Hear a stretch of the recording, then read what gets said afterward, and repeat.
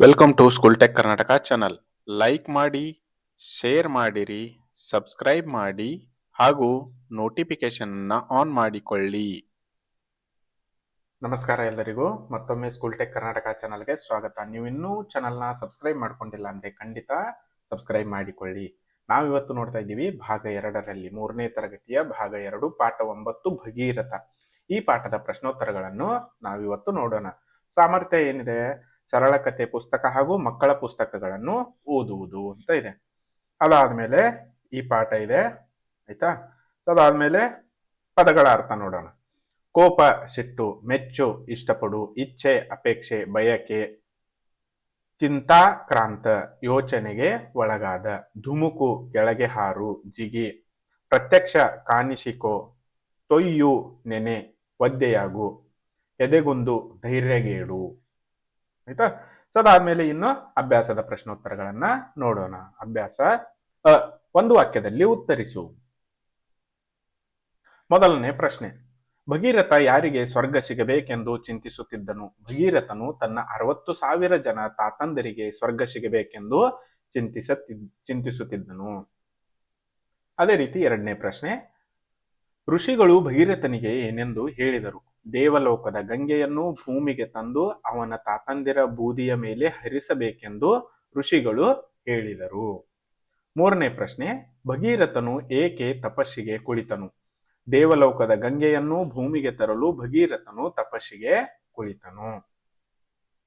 ಇನ್ನು ನಾಲ್ಕನೇ ಪ್ರಶ್ನೆ, ಗಂಗೆ ಭಗೀರಥನಿಗೆ ಏನೆಂದು ಹೇಳಿದಳು? ಗಂಗೆ, ನಿನ್ನ ಇಚ್ಛೆಯಂತೆ ನಾನು ಭೂಮಿಗೆ ಧುಮುಕುತ್ತೇನೆ, ಆದರೆ ನನ್ನ ರಭಸವನ್ನು ತಡೆಯುವರು ಯಾರು ಎಂದು ಕೇಳಿದಳು. ಐದನೇ ಪ್ರಶ್ನೆ, ಗಂಗೆ ಹರಿಯುವ ರಭಸವನ್ನು ತಡೆದವರು ಯಾರು? ಶಿವನು ಗಂಗೆ ಹರಿಯುವ ರಭಸವನ್ನು ತಡೆದನು. ಯಾರು? ಶಿವ. ಅದಾದ್ಮೇಲೆ ಇನ್ನು ಅ ಪಟ್ಟಿಯಲ್ಲಿನ ಹೆಸರುಗಳನ್ನು ಬ ಪಟ್ಟಿಯೊಂದಿಗೆ ಹೊಂದಿಸಿ ಬರೆ ಅಂತ ಇದೆ. ಬ. 1 ಗಂಗೆ ನದಿ, 2 ಜಹುನು ಮಹರ್ಷಿ, 3 ಭಗೀರಥ ರಾಜ. ಆಯ್ತಾ? ಸೊ ಅದಾದ್ಮೇಲೆ ಇನ್ನು ಈ ಏನಿದೆ? ಈ ಕೆಳಗಿನ ಘಟನೆಗಳನ್ನು ಕೊಟ್ಟಿರುವ ಸ್ಥಳದಲ್ಲಿ ಅನುಕ್ರಮವಾಗಿ ಬರೆಯಿರಿ ಅಂತ ಇದ್ದಾರೆ. ಅಂದ್ರೆ ಮೇಲಿಂದ ಕೆಳಗೆ, ಕೆಳಗಿಂದ ಮೇಲೆ ಕೊಟ್ಟಿದ್ದಾರೆ, ಅವುಗಳನ್ನು ನಾವು ಅನುಕ್ರಮವಾಗಿ ಬರೆಯಬೇಕು. ಮೊದಲನೇದು ಯಾವ್ದು ಬರುತ್ತೆ? ಗಂಗೆ. ನೋಡಿ, ಇವು 8 ಇಡಕ್ಕಾಗಲ್ಲ, 8 ಇವೆ. ಮೊದಲನೇದು ಯಾವುದು? ಗಂಗೆಯನ್ನು ಭೂಮಿಗೆ ತರಲೇಬೇಕೆಂದು ಭಗೀರಥ ತಪಸ್ಸು ಮಾಡಿದ. ಶಿವನು ಗಂಗೆಯನ್ನು ಶಿರದಲ್ಲಿ ಧರಿಸಿದ. ಗಂಗೆ ಭೂಮಿಗೆ ಧುಮುಕಿ ಹರಿದು ಬಂದಳು. ಜಹುನು ಮಹರ್ಷಿ ಗಂಗೆಯನ್ನು ಕಿವಿಯ ಮೂಲಕ ಹರಿಯಲು ಬಿಟ್ಟನು. ಆಯ್ತಾ? ಅದಾದ್ಮೇಲೆ ಈ ಕೊಟ್ಟಿರುವ ಮಾತನ್ನು ಯಾರು ಯಾರಿಗೆ ಹೇಳಿದರು? 1 ಗಂಗೆಯನ್ನು ನಾನು ಶಿರದಲ್ಲಿ ಧರಿಸುತ್ತೇನೆ. ಯಾರು ಹೇಳಿದರು? ಶಿವನು ಹೇಳಿದನು. ಯಾರಿಗೆ ಹೇಳಿದನು? ಭಗೀರಥನಿಗೆ ಹೇಳಿದನು. 2 ನಿನ್ನ ಇಚ್ಛೆಯಂತೆ ನಾನು ಭೂಮಿಗೆ ಧುಮುಕುತ್ತೇನೆ. ಯಾರು ಹೇಳಿದರು? ಗಂಗೆ ಹೇಳಿದಳು. ಯಾರಿಗೆ ಹೇಳಿದಳು? ಭಗೀರಥನಿಗೆ ಹೇಳಿದಳು. ಇನ್ನು ನೋಡೋಣ ಭಾಷಾ ಚಟುವಟಿಕೆ. ಈ ಪದಗಳ ನಾನಾರ್ಥಗಳನ್ನು ಬರೆಯಿರಿ. 1 ಮುನಿ ಅಂದ್ರೆ ಕೋಪ, ಮುನಿಸುಕೋ ಅಥವಾ ಕೋಪ. ಮುನಿ ಅಂದ್ರೆ ಇನ್ನೊಂದಾಗುತ್ತೆ, ಋಷಿನೂ ಆಗುತ್ತೆ. 2 ತರು ಅಂದ್ರೆ ತೆಗೆದುಕೊಂಡು ಬಾ ಅಥವಾ ವೃಕ್ಷನೂ ಆಗುತ್ತೆ. ಅದಾದ್ಮೇಲೆ ಈ ನುಡಿಗಟ್ಟುಗಳನ್ನು ನಿನ್ನ ಸ್ವಂತ ವಾಕ್ಯಗಳಲ್ಲಿ ಬಳಸಿ ಬರೆ ಅಂತ ಇದೆ. 1 ಎಳ್ಳಷ್ಟು, ನಮ್ಮ ಗುರಿ ಮುಟ್ಟಲು ನಾವು ಎಳ್ಳಷ್ಟು ಹಿಂಜರಿಯಬಾರದು. 2 ಎದೆಗುಂದು, ಕಷ್ಟಗಳು ಬಂದಾಗ ಎದೆಗುಂದದೆ ಎದುರಿಸಬೇಕು. ಅದೇ ರೀತಿ ಇನ್ನು ಇದೆ ನೋಡಿ. ಈ ಪದಗಳನ್ನು ಸರಿಪಡಿಸಿ ಬರೆದು ಓದು ಅಂತ ಇದೆ. 1 ತಾತಂದಿರು ಅಂದ್ರೆ ತಂತಾದಿರು ಬರೆದಿದ್ದಾರೆ, ತಾತಂದಿರು. 2ನೇದು ರಭಸ, 3ನೇದು ಜ್ಞಾನಿ, 4ನೇದು ಅಸಾಧ್ಯ, 5ನೇದು ದೇವಲೋಕ, 6ನೇದು ಚಿಂತಾಕ್ರಾಂತ.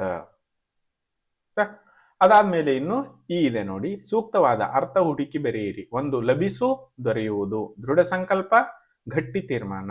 ಭೋರ್ಗರೆ, ಧಾರಾಕಾರ. ಸದ್ಗತಿ, ಮೋಕ್ಷ. ಮಹರ್ಷಿ, ತಪಸ್ವಿ ಅಥವಾ ಋಷಿ. ಇನ್ನ ಅದಾದ್ಮೇಲೆ ಸಾಮರ್ಥ್ಯಾಧಾರಿತ ಚಟುವಟಿಕೆ ಇದೆ. ಈ ಕೆಳಗಿನ ಪಠ್ಯ ಭಾಗಕ್ಕೆ ಸೂಕ್ತ ಲೇಖನ ಚಿಹ್ನೆಗಳನ್ನು ಹಾಕಿ ಅರ್ಥಪೂರ್ಣವಾಗಿ ಓದುವಂತ ಇದೆ.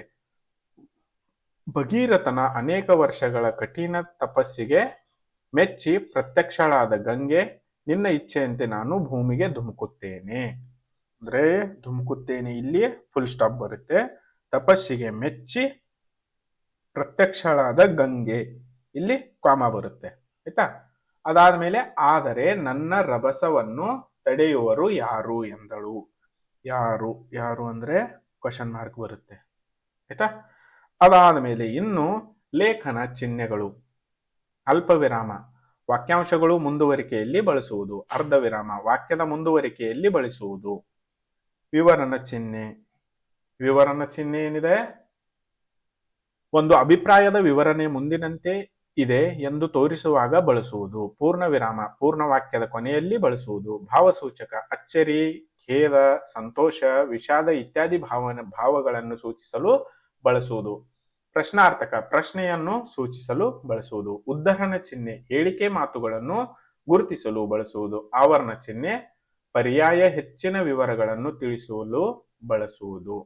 ಅದೇ ರೀತಿ ಇನ್ನು ಚಟುವಟಿಕೆ ಏನಿದೆ? ಒಂದು, ನಮ್ಮ ರಾಜ್ಯದಲ್ಲಿ ಹರಿಯುವ ನದಿಗಳನ್ನು ಹೆಸರು ಪಟ್ಟಿ ಮಾಡಿ. ನಾನೆರಡು ಹೇಳ್ತೀನಿ. ಉದಾಹರಣೆಗೆ ಕೃಷ್ಣ ಮತ್ತು ಕಾವೇರಿ. ಆಯ್ತಾ? ಎರಡನೇದು ಪೌರಾಣಿಕ ಕಥೆಗಳನ್ನು ಕೇಳಿ ಓದಿ ತಿಳಿ ಅಂತ ಇದೆ. ಆಯ್ತಾ? ಸೊ ಇಲ್ಲಿಗೆ ನಿಮ್ಮ 9ನೇ ಪಾಠದ ಪ್ರಶ್ನೋತ್ತರಗಳು ಮುಗಿದವು. ಅದೇ ರೀತಿ ನೀವು ಚಾನಲ್ನ ಸಬ್ಸ್ಕ್ರೈಬ್ ಮಾಡ್ಕೊಂಡಿಲ್ಲ ಅಂದ್ರೆ ಖಂಡಿತ ಸಬ್ಸ್ಕ್ರೈಬ್ ಮಾಡ್ಕೊಳ್ಳಿ. ಮತ್ತೆ ಇದೇ ತರ ವಿಡಿಯೋಗಳನ್ನು ನಾವು ಹಾಕ್ತಾ ಇರ್ತೀವಿ. ಮುಂದಿನ ಕ್ಲಾಸ್ನಲ್ಲಿ ಪಾಠ 10 ಈ ಪಾಠದ ಪ್ರಶ್ನೋತ್ತರಗಳನ್ನು ನೋಡೋಣ. ಸೊ ನೀವಿನ್ನೂ ಚಾನಲ್ನ ಸಬ್ಸ್ಕ್ರೈಬ್ ಮಾಡ್ಕೊಂಡಿಲ್ಲ ಅಂದ್ರೆ ಖಂಡಿತ ಸಬ್ಸ್ಕ್ರೈಬ್ ಮಾಡ್ಕೊಂಡು ಲೈಕ್ ಮಾಡಿ, ಕಮೆಂಟ್ ಮಾಡಿ ಹಾಗೂ ನಿಮ್ಮ ಫ್ರೆಂಡ್ಸ್ ಜೊತೆ ಕೂಡ ಶೇರ್ ಮಾಡಿರಿ. Welcome to School Tech Karnataka channel. Like ಮಾಡಿ, ಶೇರ್ ಮಾಡಿರಿ, ಸಬ್ಸ್ಕ್ರೈಬ್ ಮಾಡಿ ಹಾಗೂ ನೋಟಿಫಿಕೇಶನ್ ಆನ್ ಮಾಡಿಕೊಳ್ಳಿ.